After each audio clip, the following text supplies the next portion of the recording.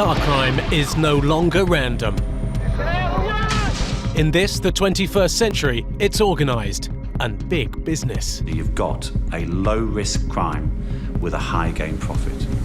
Joyriders have been replaced by organised gangs, using cunning and resourceful car thieves to steal our cars to order. He operates 24/7, he's got unlimited resources, he doesn't respect borders or boundaries. Going to extreme lengths. Just sheer terror. And it was very quickly that I saw the gun. I'm gonna blow your head off! Drive! Using mobiles to film themselves stealing one of the world's most expensive cars. This is a beast! He filmed his own crime. Not only filmed it, but saved it on his phone. Making the most of lax borders to run criminal export businesses. How long has this been going on? I wouldn't like to guess. It upset me too much. You're under arrest for handling stolen vehicles and money laundering. Investigation. Tonight, on the front line with Britain's top stolen car squad as they go after criminal gangs to reveal the truth about car crime and big business. We're finding less and less every day. I mean, there's only really one reason behind that, is that they're actually leaving the country.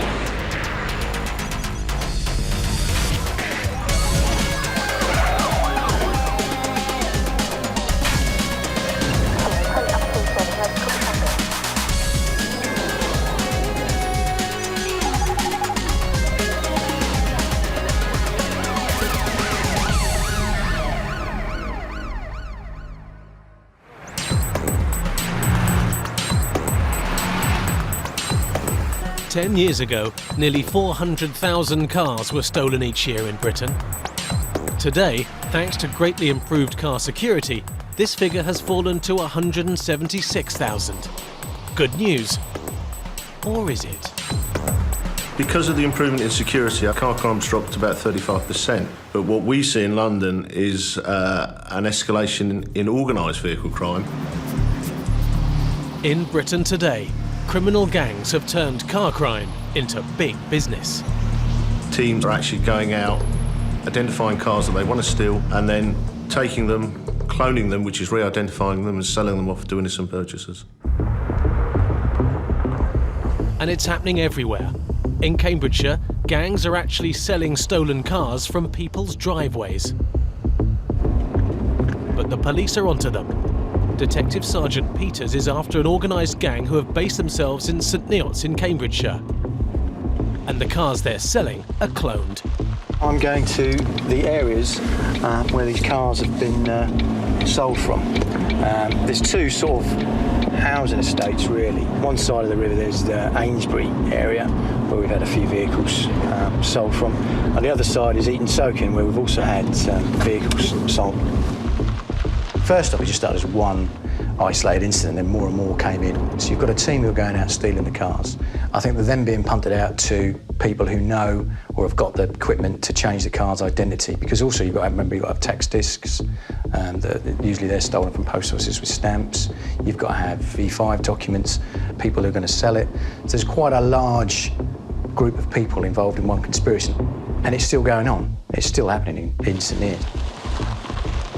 The gang are con men, using this quiet residential area as their office. They turn up, they phone the number they've been given, they would then be told, oh, I can't make it, but my son will come out. Next thing you know, sort of from that alley there, somebody would appear, drag them around the car, give them the keys, yeah, it's repossession, take them out for a test drive, pay the money, and then next thing you know, as I said, when they get it home, it's stolen. DS Peters' investigation began when this man, Darren Poon, a stock market analyst from London, became a victim of the St Neots gang. CCTV cameras show him going into the bank, followed by the St Neots conman, withdrawing £13,000 for what he thought was a legitimate family car, and handing over the cash. It was quite a good price. It was in good working condition. We were happy to purchase it, and we liked it a lot. Darren discovered the truth about car crime for himself when his wife gave birth to their first child. We decided that that vehicle was just not big enough, to get the car seat in the pram and all the shopping and all that kind of stuff. So we decided to go ahead and look for a larger car. Darren decided to buy a used car. To ease the process, he turned to the internet, soon finding the car he wanted, a red Land Rover Discovery. He travelled from his home in London to St Neots, an area he didn't know, to meet the seller, and handed over £13,000 in cash. Everyone was happy with the car. Everyone was thrilled with the car.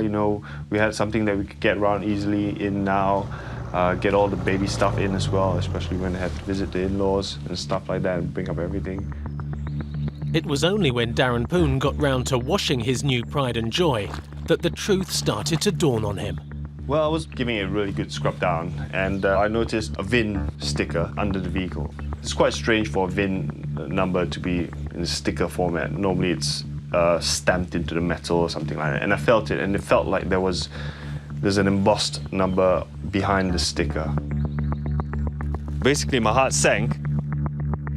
It sank even further when he called the police to report his concerns. They came, confirmed it was stolen, and took it away. It's left us in quite a dire situation because right now we've lost our money, we've lost the car, and no one seems to have anything or any process to protect someone like myself. I did a HPI check, and I also did a check with a company called My Car Check. Everything came back fine. What else can someone do? The VIN tags matched the registration mark. It was all fine. Although the conman was caught, thanks to CCTV in the bank, Darren got nothing back. The Land Rover's insurers told him he would have to buy the car again from them. So he forked out another £13,000. It's an expensive item. The idea that you can just flog it to somebody casually and there's no checking on whether that person that I'm selling it to, who they are, where they live, what their address is or anything else, it's very vulnerable to crime. Back in Cambridgeshire, it's 7 a.m. and DS Peters and his team are after another member of the St Neots cloning gang. We do know this particular male. We have dealt with him a couple of times before, but you never know what's going to happen, so always have to be prepared just in case it all goes wrong. Most car crooks aren't early risers. Steve, gone round the back? Oh, right. Today we're going to arrest a chap who's been selling motor vehicles from his driveway. He's been arrested before, has admitted parts of his involvement, but on this occasion he's also sold a Range Rover Vogue. As a consequence of that, we have some forensic stuff on him that we can put to him in interview. We're outside now. We're looking for... Morning. Give us some light. Can I get some clothes on first? I'm arresting on suspicion of fraud by false representation and handling stolen goods. You didn't have to say anything that may harm your defence. If you didn't mention or any question something which later on in court, anything you do say may be given evidence. Yeah. Yeah, my colleague will escort you upstairs, so make sure you get some clothes on. This is unbelievable. This is bollocks. Well, so are we, to be honest. Can you make sure you've got a key on? Mum, I need to find some boxes, because when they put me in a cell, I'm going to have to take my belt off and my trousers and keep fall down. Pain in the arse. I think he was a bit shocked by the early morning call. He's not too happy. He thinks it's harassment, but my view, you should be selling cars off his drive. If I knew he was coming, I'd have been ready, wouldn't I? Funny enough, I didn't ring you first, did I? No, you should have done. The arrested man isn't the criminal brains behind the outfit. He or she remains at large. But for DS Peters, this is a step in the right direction. So, the time arrest, please, James? 7:35. 2 offences, handling stolen goods and suspicion of fraud by false representation. This gentleman that we've arrested is really a sort of minor player, we think. You look at his sort of lifestyle, his sort of means, he's not making a great deal of money out of it, and I think he's probably just sold the vehicles, taken a couple of £100. As soon as you take one out, somebody else goes, well, I'll do that.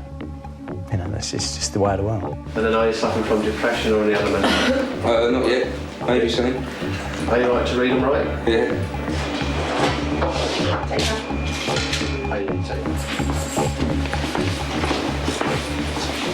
Chocolate, tea, coffee, breakfast, magazines, newspapers. No. Okay. See you in a minute.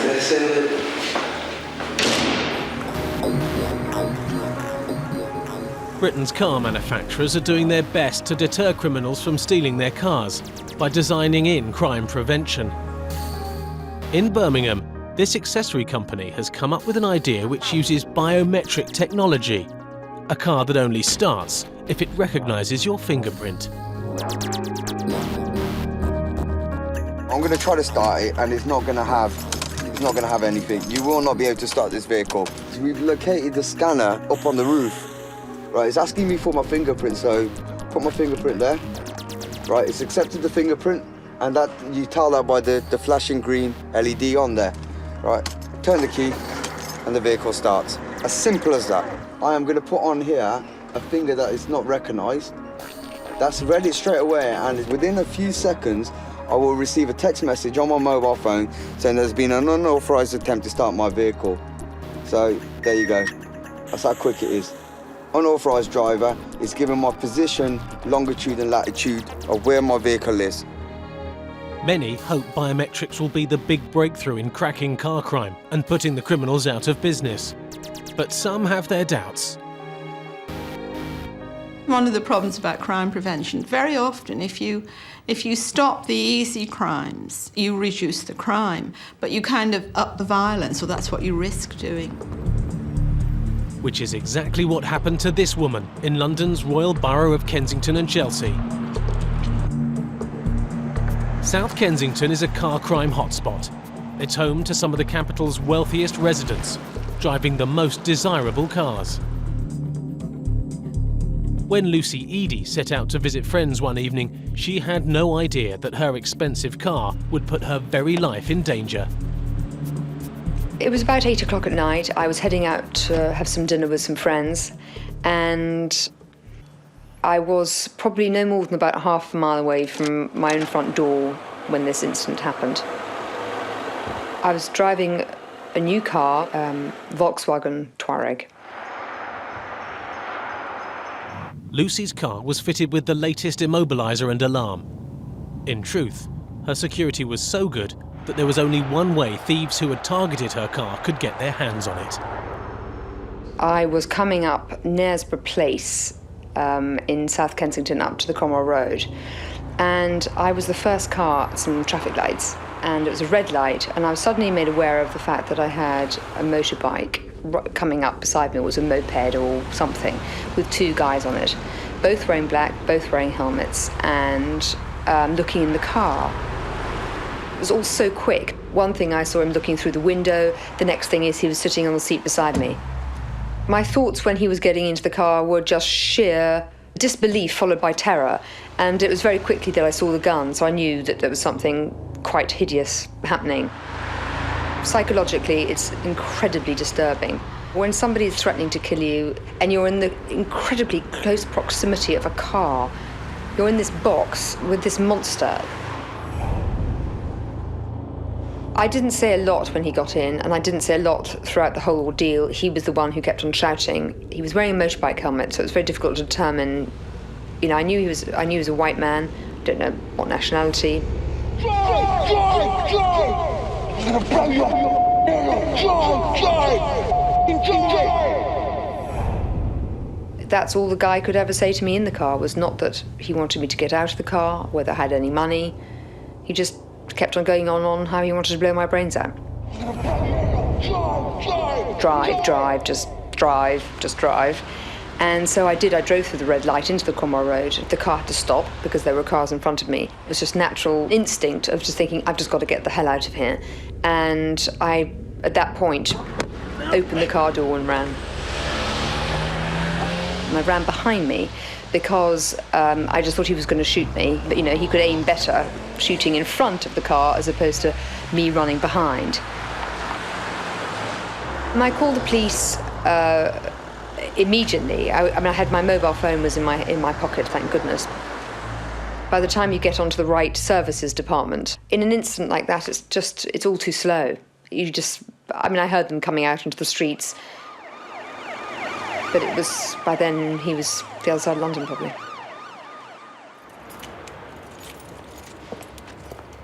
As terrifying as her ordeal was, Lucy is one of the luckier carjacking victims. 25-year-old estate agent Tim Robinson died of stab wounds after being confronted by two teenagers when he parked his car in Battersea. And father of three, Mohammed Ashraf, died when he was stabbed 18 times as two men stole his car. We believe there's around 10,000 incidents a year, but there's no actual category or no box to tick for monitoring carjacking. But it is part of the issue of cars being so difficult to break into now if unattended. If you are keen on stealing that particular model or make of car, it's just much easier to actually brutalise the person behind the wheel, get them out of the vehicle, threaten their safety and drive the car away. The demand for expensive stolen cars is so high because the thieves are feeding an international criminal vehicle export business. The little person in the chain, their cut of that vehicle is relatively small.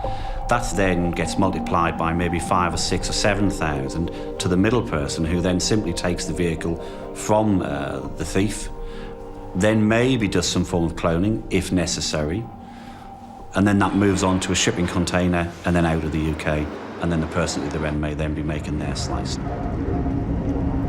The people making their slice have become so big that Britain's police forces have had to change their strategy completely. It's not the Bobby on the beat that can deal with this. It's far more organised. It crosses police boundaries. It crosses international boundaries. And it requires a totally different response. London's police chiefs have responded by ordering its specialist stolen vehicle squad to aim high. This unit has been chasing car criminals of all shapes and sizes for over 40 years. But it looks like they've gone out and cloned identities. Now they only go after the big boys, those working in the business of shipping stolen cars abroad. With the Cypriot authorities, we are speaking to them verbally. We work out villains that are crossing police boundaries to make money from their criminal enterprises. Therefore, the investigation needs to look into the organisation, who's the boss, who are the thieves, who are selling the cars. Some of the people we've looked at have got criminal profits of between £500,000 and £2.5 million. It's a national and international organised crime network that's out there. Up to 20,000 luxury cars are stolen from the streets of Britain each year and illegally exported to countries like Cyprus, the United Arab Emirates, Africa and Spain. The use of that kind of process is almost like the Trojan horse. If you think back to your history days, the Trojan horse was a gift. The Trojan horse gets taken inside the city and the men jump out. Well, on this occasion, the Trojan horse is the car. It drives through the ports undetected, and when it gets to the other end, it's not men that are jumping out, it's cash. Cyprus is one of the biggest destinations for Britain's Trojan cars. It's an attractive market for car criminals, since the Cypriots drive on the same side of the road as the UK, and it's an open market. Cypriot taxation laws mean the crooks can make more profit here than in Britain. Also, the Cypriots just love their cars. Population-wise in Cyprus, there's 850,000 people. Number of vehicles registered here is 1 million. So when you take out of the equation the children, elderly people, etc., etc., you can probably equate sort of every person on the island owning probably about 5 or 6 cars each, which that astounded me. DC's Simon Ashton and Mike Pilbeam from London's Stolen Vehicle Unit are two of Britain's most experienced vehicle examiners. They believe the scale of criminal activity here is larger than even they imagine. The vehicles are going out, coming in, being undetected. You know, once we start sort of, as I say, opening up this corridor of communication, the problem may escalate into something bigger than what we think it is at the moment. The Cypriot police are just as concerned and have started to crack down on this criminal trade. They've been seizing cars they believe to be stolen from the UK, but they need the help of the British car squad. English vehicle index, Lima Kilo 06 Oscar Victor Golf. They're reliant upon us because of the information coming out of the UK is not as free as they would like it. We are sorting that out so that they can have a direct link with UK sources. Direct links are one thing. Training the Cypriot police to recognise a stolen British car is quite another. There's only a certain amount of secrets, I suppose, and knowledge that you can write down. Most of it is mainly sort of personal experience that you can obviously pass on to other people. Whatever their lack of first-hand knowledge, the Cypriots have clearly been seizing the right cars. Right, shown stolen since the 29th of the 4th, 07 from E4. Just had a fax sent through from the office back in London, and it confirms that the Range Rover that was stolen last year has been shipped out and been re-registered in Cyprus on its stolen identity. Identifying cars isn't an easy job. The hardest thing is trying to find identifiers, stamped in chassis numbers. Obviously, I need to know the ins and outs of each car. As they confirm the stolen cars, Britain's car cops are uncovering a worrying truth about getting bent cars into Cyprus. You don't have to go to too much trouble. What we're finding is some of the cars that have been shipped out to Cyprus have come out on bogus UK identities, and they're just changing the number plates, but all the other identification marks on the vehicle, like these stamped-in VIN numbers and the visible VIN numbers, they haven't been altered. And then they've been registered in Cyprus to get a Cypriot identity. The police team are also finding cars that have been hired from rental firms in Britain and then shipped here. From my examination of here, it's a real vehicle. It's the genuine vehicle that was manufactured by Mercedes. It's not a clone vehicle. However, there is an allegation on this particular vehicle that it was hired back in the UK and not returned at the due date. They've gone and given false details for the purpose of stealing the vehicle. Easy and simple.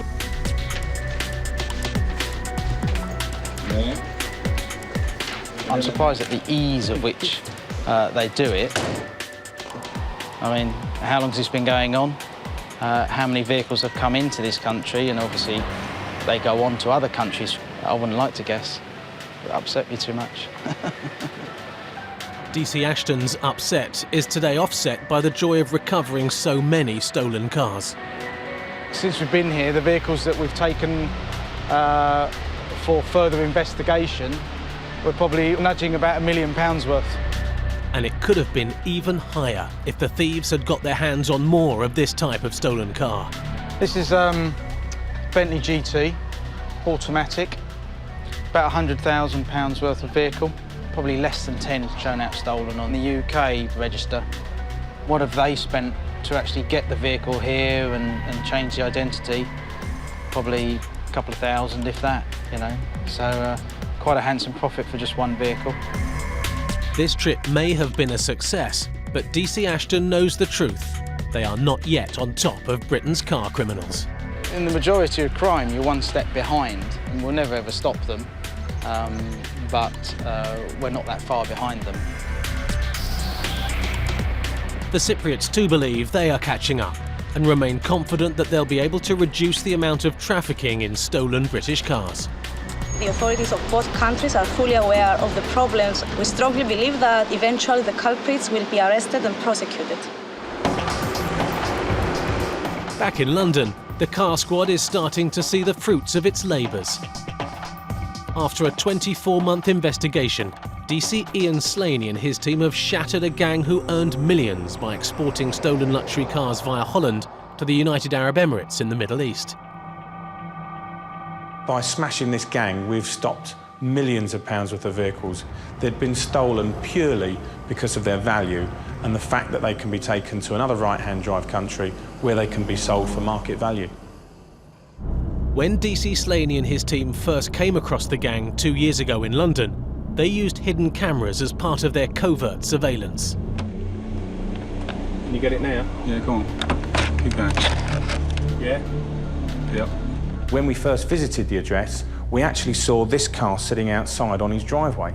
Now this is an Audi RS6 and it was displaying German number plates at the time, which we thought was odd because it's a right-hand drive.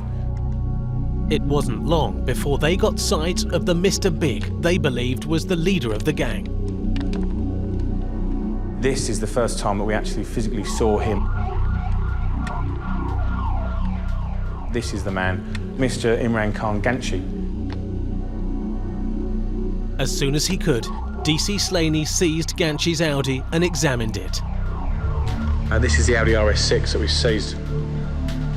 Charlie 0253 Alpha. What he found surprised him. It had actually been rung onto a car from another country. I'll ping it off you. They'd seen a car advertised and they'd actually copied the details from that car and put them on this one. I'll be videoing everything as it is. When DC Slaney & Co went in to arrest Ganchi, their covert video cameras were there too. Video's running. After much noise inside, he opened the door and you could see him running around thinking, what am I going to do? Coming in with a video. There was just so much there, he couldn't possibly flush it down the toilet or rip it up. Mr. Ganchi was surrounded by forged registration plate making machines, VIN numbers, everything that you would expect to find for someone involved in a major conspiracy for shipping stolen cars. Into the first bedroom. There's packs of number plates in there, blanks. On his driveway was a stolen BMW X5, again on German number plates. OK, this is the key that we took from Imran Khan Ganchi's pocket. We're going to see if it opens the vehicle, and there we go. And it's open. It was one of the best finds I think I've had in my career. There was identities of numerous vehicles, pictures on his computer, on his cameras. We had hundreds of identifications for vehicles that we already know had been stolen in the UK. There we go. We'll now put some gloves on and we'll see if it starts it. Car is now open. Range Rover, service book, chassis number. We also found some personal belongings belonging to Miss Tara Palmer-Tompkinson. When we made checks, we realised that her car had in fact been stolen some 3 or 4 days previously. How the gang had obtained the key to Tara Palmer-Tompkinson's car remains a mystery. But mobile phones recovered during the raid provide a clue, and the discovery of a new 21st century way of targeting and stealing expensive cars. They'd drive around and with their mobile phones they'll put on their notes or a text message the registration number and the VIN number of a car. Once armed with that information, they were getting someone to forge paperwork, the vehicle registration document, MOT certificates, insurance certificates, and they'd actually take those documents along with a forged passport to a dealer in Europe. They were relying on the dealer, falling for a story of my car has been locked in a car park. I'm stranded in a foreign country, please help me out. And they were actually applying for a spare key for the car. They'd then travel back to the UK, simply walk up to the car and drive the car away. This person that we took out was a major player in organised vehicle crime. Taking out the major player wasn't enough. Ganchi's gang were still at large and responded by driving their stolen cars to Birmingham Airport and hiding them, legally, in the car park. They didn't notice the CCTV system. This is Miss Tompkinson's BMW entering the car park, followed by another stolen Mercedes. And here, 3 members of Ganchi's gang are caught leaving. The alarm was only raised when an attendant's suspicions were aroused and he called the car squad. We're at a car pound in Birmingham and we're dealing with this 645 CI Cabriolet BMW that's on these number plates. The stolen BMW led DC Slaney right back to Ganchi and East London. At Mr. Ganchi's home address in Ilford, we found a number plate making machine. Now, this machine had actually kept imprints of the number plates he'd been making on a reel.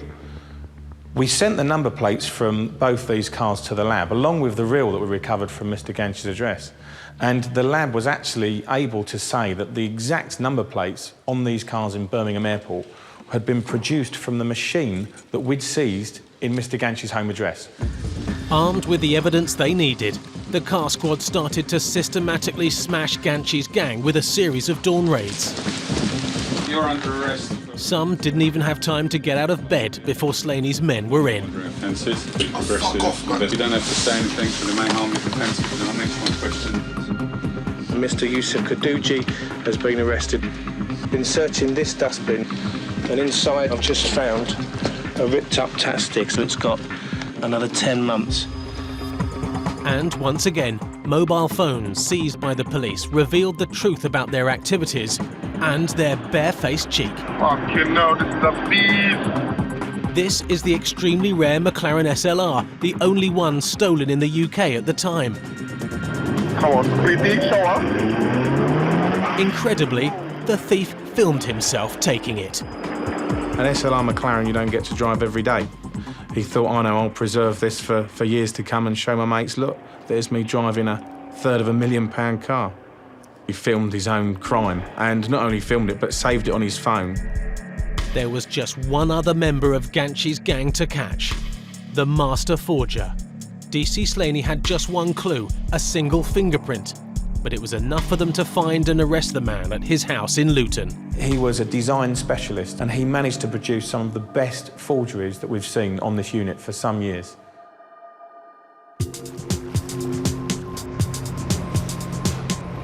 Getting stolen cars out of the UK has also become an art form. The truth is, Britain's container ports have become overwhelmed and a prime criminal shipping source. The ports within the UK are effectively a sieve. The length and breadth of the UK ports are shipping containers out of this country. The level of data that's actually required by the freight forwarders should include the details of the full content of the container. There is clear evidence that that is not the case. Tilbury on the Thames is one of the largest ports in Britain, with only a small number of police dealing with vehicle crime. They know they've got a problem with stolen luxury cars passing through, but there's been little they can do. Today, that changes. A crack car squad led by DC Griggs has moved in to help. It's a huge problem. At the end of the day, theft of vehicles seems to have levelled out. The recovery of those vehicles is not... We're finding less and less every day. There's only really one reason behind that, I think, is that they're actually leaving the country, mainly via the ports. Just take that down in case you need that. Griggs knows ports. He worked at Folkestone for 4 years. Port Police have this week, they've looked at what's travelling out of the port, and they've requested certain things to be put to one side for us to come and check today as part of the operation. Griggs will coordinate a week-long blitz on Tilbury's containers, based on information he's received. One of the aims of today and this week is to actually get some sort of idea as to the scale of it, really. Could be we find none, could be that we find a container has got one of our vehicles in it. Right, lads. Super. We've got intelligence that a number of vehicles will be exported in containers. The unit here are primarily concerned with, obviously, counter-terrorism, immigration, and there's only a small unit actually deal with vehicles. The intelligence includes putting two and two together when examining container manifests, which often conceal the truth.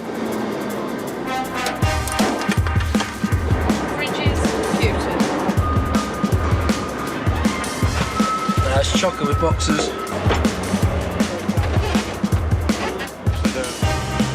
Let's go and see if we can get a small mirror in there. We've certainly seen it on, well, too many occasions to recall. where we fell down inside, and there's cars or vans or motorbikes or whatever in there. The electrical goods are a good cover for it. If you look at that, it's the sort of thing we would have to unload virtually item by item. It's very time consuming, quite expensive, and we can only do one at a time. Yeah.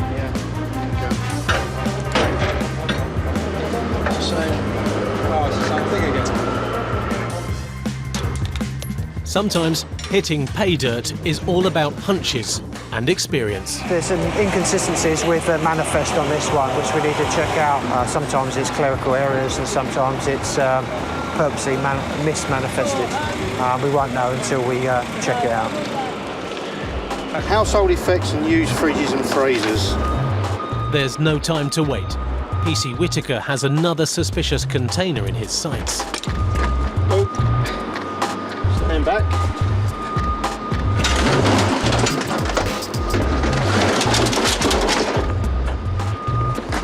Car radiator. That's used in every good household.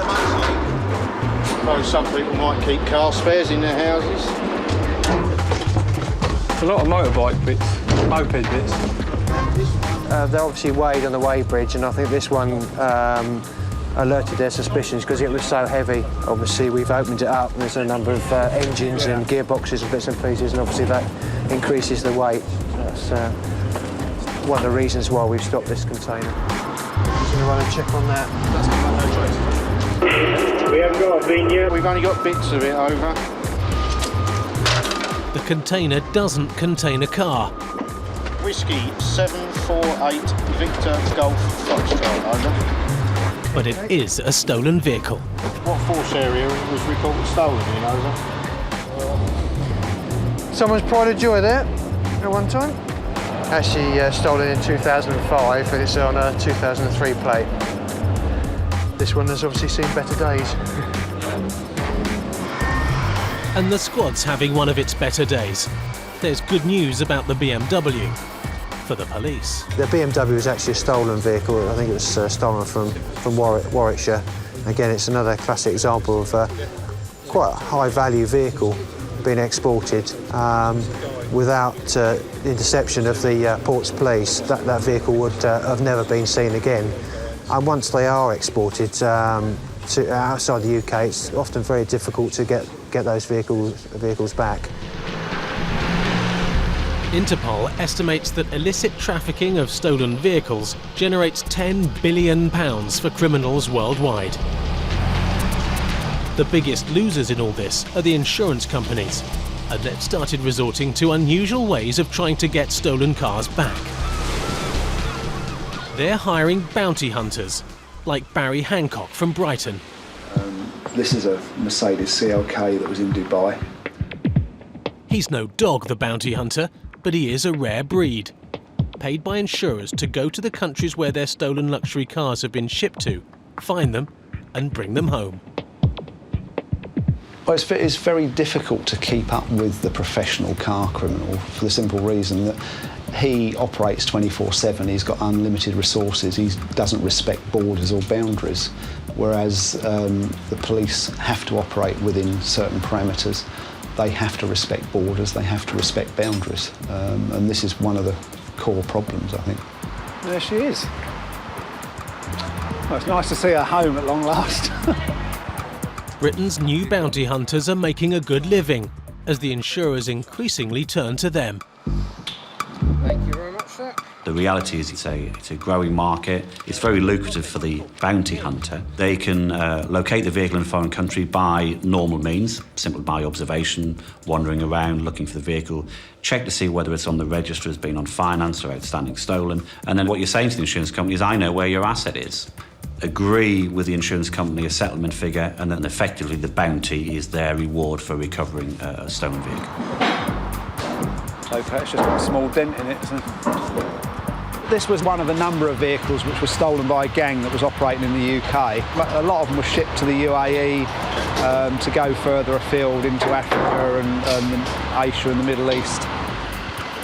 Barry created his business from a gap in the market.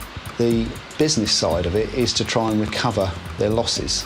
Ultimately, the police are not there to recover assets. They're there to detect it. They will help with seizure, but when it comes to recovery, that is not their job. The truth is that the police are unable to put a complete stop to the illicit container trade.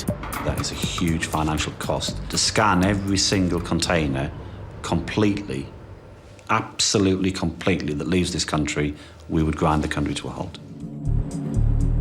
Feeding the organised crime car export business is a full-time job, and many 21st century car thieves are now going nowhere near the streets or car parks or your drive. They simply steal your identity, walk into a car showroom and steal a valuable car by using bank or hire purchase finance. We know of, for definite, at least 1,000 cases of vehicle fraud affecting finance companies each year. And to put that in perspective, that costs the industry, and therefore our customers, something like 17 million.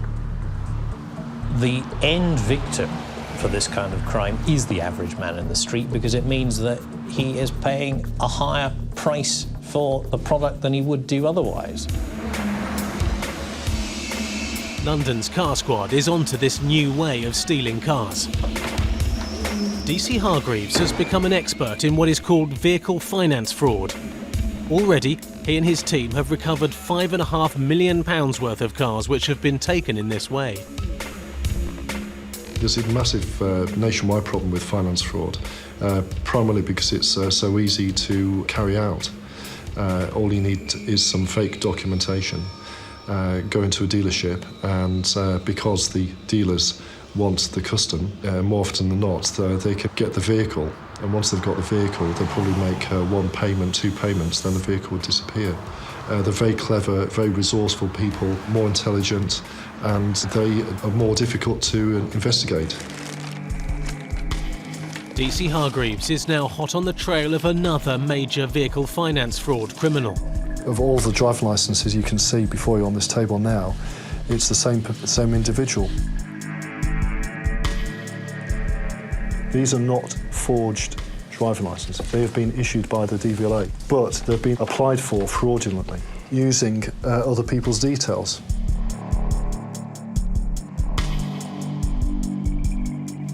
On each occasion, just slightly altering his hair and slight variations in facial identity, but there's no doubt that it's the same person. Ironically, this car crime fraudster only got rumbled because he liked to drive around in the cars he obtained by finance fraud. It made a sharp-eyed policeman suspicious. We carried out checks on these vehicles, found out that they were on finance, and that's when we found that fraud had taken place on virtually all the vehicles. The Audis and BMWs were all registered to one address, a restaurant in East London, and the identities the man was stealing belonged to restaurant employees. He's in possession of one forged passport, obviously with his photograph on, somebody else's name. That's a 12-month prison sentence. In my view, he's definitely a professional fraudster. This passport were examined by the Immigration Service, and they believe that it is a very good forgery indeed. So obviously he has an associate who's part of this network who is expert at forging UK passports. Meanwhile, down the road in Tilbury, that's it, my boy. The crackdown on stolen car exporting is in full swing.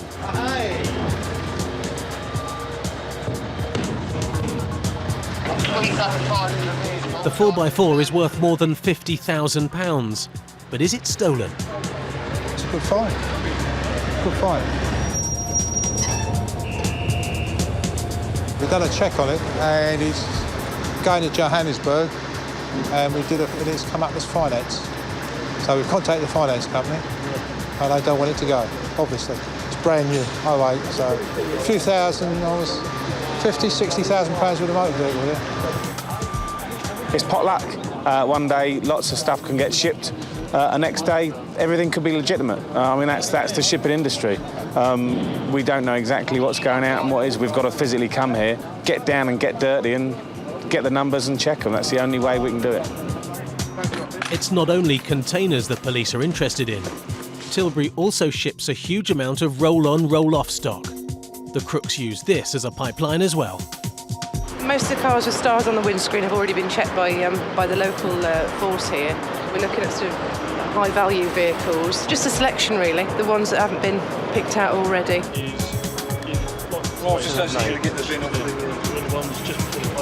you got the last 5 of the VIN number? Right. They fill the boots with a load of other goods, and then they weld it shut, so the goods inside don't get stolen when it reaches its destination. Yeah, that checks out. Thanks, mate. So we're also quite suspicious of vehicles like that have been parked right up so you can't see the registration plate, and some of them have been ripped off as well. DS Tidy has his eyes on a car which looks a cut above the rest. Could you get Claire, obviously, to make a phone call to them to see if the finance has been paid and if they want it seized? Yeah, all right, Mark. I've just spoken to Claire. It's confirmed they don't want it to leave the UK. Someone has obviously financed their vehicle originally and stopped paying for it. They still owe several £1,000s to the finance company, so that one won't be leaving the country, definitely not. If we had not found this today, it would have been on a boat to West Africa and almost certainly would never be seen again. It's very difficult to keep on top of finance fraud because we can only investigate what we find or what the finance companies send in as a suspected crime. So there are other offences taking place out there that we don't know about. At Tilbury Docks, the crackdown on stolen car exports is nearing the end of the road. For this time. The team believe there's a stolen Porsche behind the electrical goods. Time for Plan B. A broom handle, a mirror, and some luck. Well, there's a will, there's a way. You've got to offset the cost, you see. £120,000 worth of Porsche. Yeah. Into a £599 broom. Everything costs more than all the lines. Yeah. What can you see? Nothing? They have none. There is no Porsche.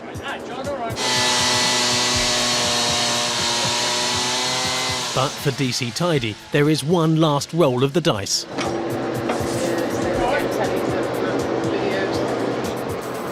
You got a car in the back there? You can't see a number plate. Do you want to take that? Appears to be a Mitsubishi Pajero stuck at the back of the container, and it's covered with household goods, including chairs, pedal cycles. It's not particularly secure, so obviously you've got to make sure we can get through safely without injuring ourselves. How you doing? Can you get to it at all? You can see the roof of the car. Is that the front there, man? Well, I can see you've got the windscreen here. You can see inside with the torch. You can see inside the vehicle itself. This is obviously the front of it completely, but they've obviously covered it up with cardboard and mattresses. Last owner has reported it in trade as of the 21st of the 4th this year. This car isn't stolen or a finance fraud. It's been hidden in the container to save money by avoiding export duty. So by putting them in there, they can hide them away. So they do that with stolen vehicles, but they do that also to prevent them paying any taxes.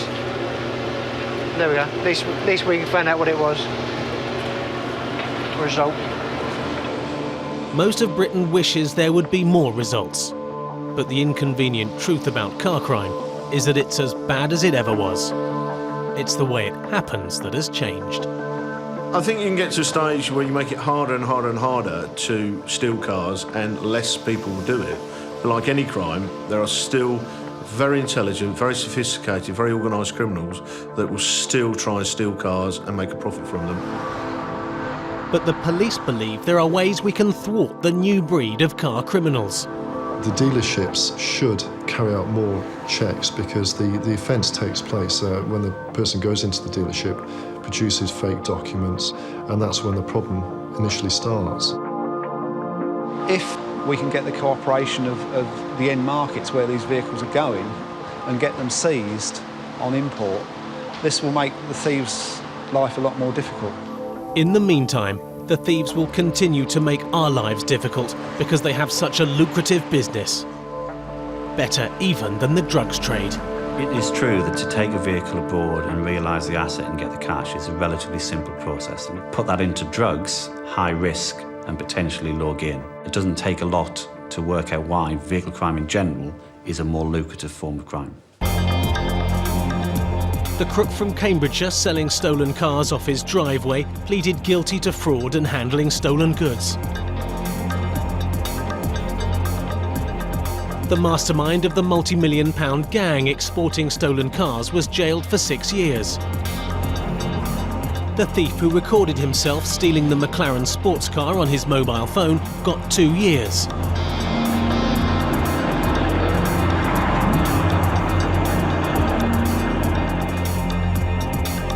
His accomplice got a 12-month suspended sentence.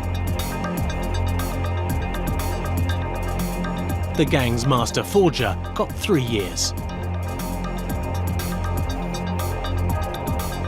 Lucy Edie's carjackers were never caught,